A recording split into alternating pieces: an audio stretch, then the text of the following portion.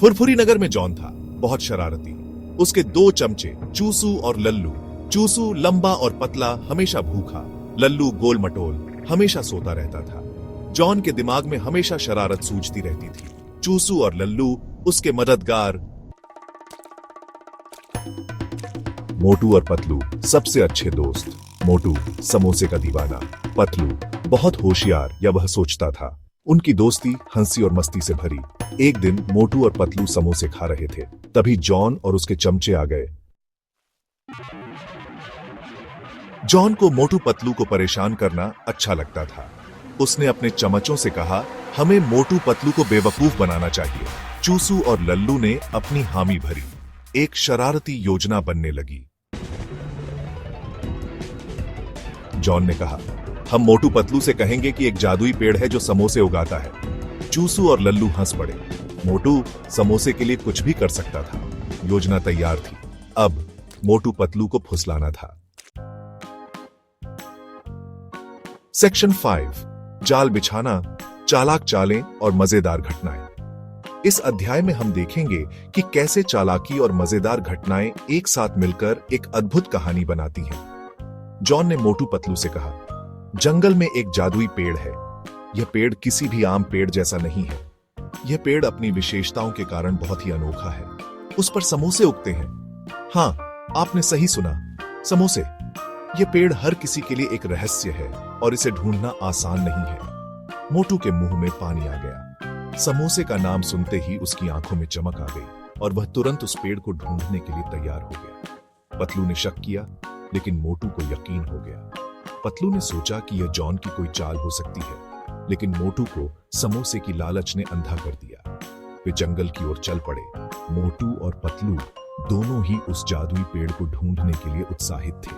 जंगल का रास्ता कठिन और खतरनाक था, लेकिन उनकी उत्सुकता ने उन्हें आगे बढ़ने के लिए प्रेरित किया। जॉन और उसके चमचे चुपके से उनका पीछा कर रहे थे। जॉन की योजना थी कि वह मोटू और पतलू को उस पेड़ तक पहुंचने दे और फिर खुद उस पेड़ का फायदा उठाए। जॉन और उसके चमचे छुपकर उनकी हर हरकत पर नजर रख रहे थे। जंगल में रास्ता बहुत ही घुमावदार और पेचीदा था।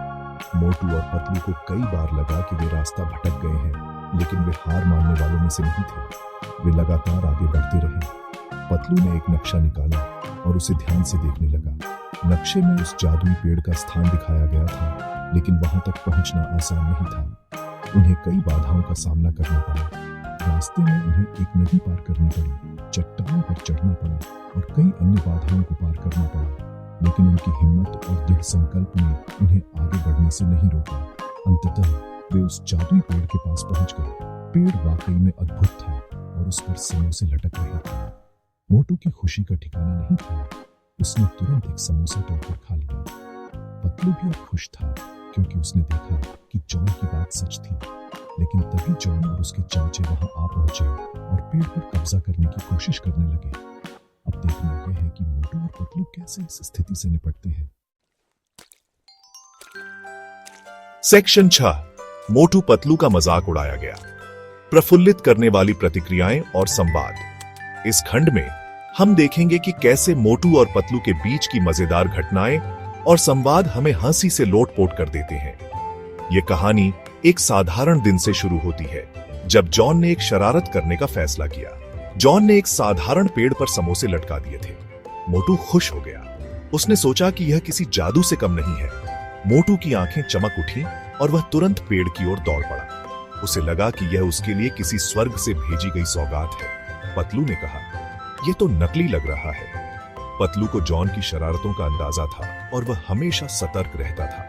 उसने मोटू को चेतावनी दी कि यह जॉन की कोई चाल हो सकती है, लेकिन मोटू, जो खाने का बहुत शौकीन था, पतलू की बातों को अनसुना कर दिया। मोटू ने कहा, तुम बस जल रहे हो। उसने पतलू को चिढ़ाते हुए कहा कि वह सिर्फ इसलिए ऐसा कह रहा है क्योंकि उसे समोसे नहीं मिले। मोटू ने गर्व से कहा कि वह इन समोसों का आनंद उठाएगा और पतलू को जलन होगी। जैसे ही मोटू ने एक समोसा उठाने की कोशिश की, वह गिर गया।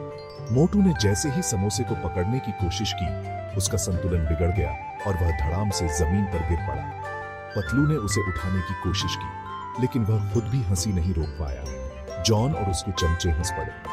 जॉन और उसके दोस्तों ने मोटू की हालत देखकर जोर जोर से हंसना शुरू कर दिया। यह दृश्य इतना मजेदार था कि पार्क में मौजूद सभी लोग हंसी से लोटपोट हो गए। मोटू और पतलू की यह मजेदार घटना हमें यह सिखाती है कि जीवन में हंसी मजाक और दोस्ती का कितना महत्व है।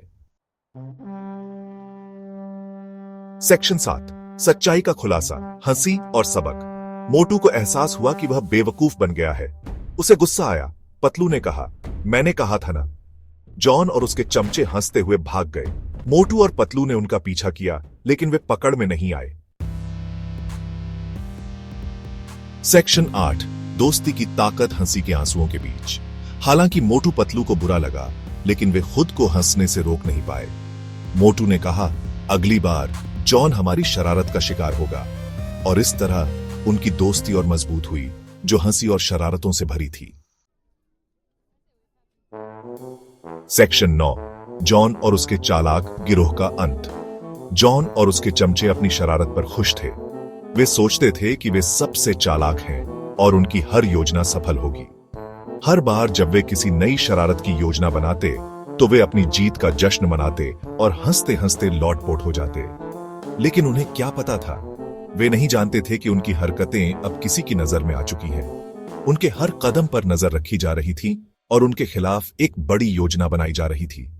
मोटू और पतलू पहले से ही एक जवाबी शरारत की योजना बना रहे थे। वे जानते थे कि जॉन और उसके गिरोह को कैसे सबक सिखाना है। उन्होंने एक ऐसी योजना बनाई जो जॉन और उसके दोस्तों को हमेशा याद रहेगी। फुरफुरी नगर में हंसी कभी खत्म नहीं होती। यह एक ऐसा स्थान है जहां हर कोई एक दूसरे के साथ मिलकर खुश रहता है। यहाँ के लोग एक दूसरे की मदद करते हैं और साथ में हंसते खेलते हैं। खासकर जब मोटू, पतलू और शरारती जॉन आसपास हों, उनकी शरारतें और मजाक फुरफुरी नगर को और भी जीवंत बना देते हैं। लेकिन इस बार जॉन को अपनी शरारत का जवाब मिलने वाला था। मोटू और पतलू ने एक ऐसी योजना बनाई थी जो जॉन और उसके गिरोह को हमेशा के लिए बदल देगी। मोटू और पतलू ने अपने दोस्तों के साथ मिलकर जॉन और उसके गिरोह के लिए एक बड़ी शरारत की योजना बनाई। उन्होंने हर छोटी बड़ी बात का ध्यान रखा ताकि उनकी योजना सफल हो सके। और फिर वह दिन आ ही गया जब जॉन और उसके गिरोह को अपनी शरारत का जवाब मिला। वे सब हक्के बक्के रह गए और समझ नहीं पाए कि यह सब कैसे हुआ। फुरफुरी नगर में हर कोई हंस रहा था और जॉन और उसके गिरोह की हालत देखकर मजे ले रहा था।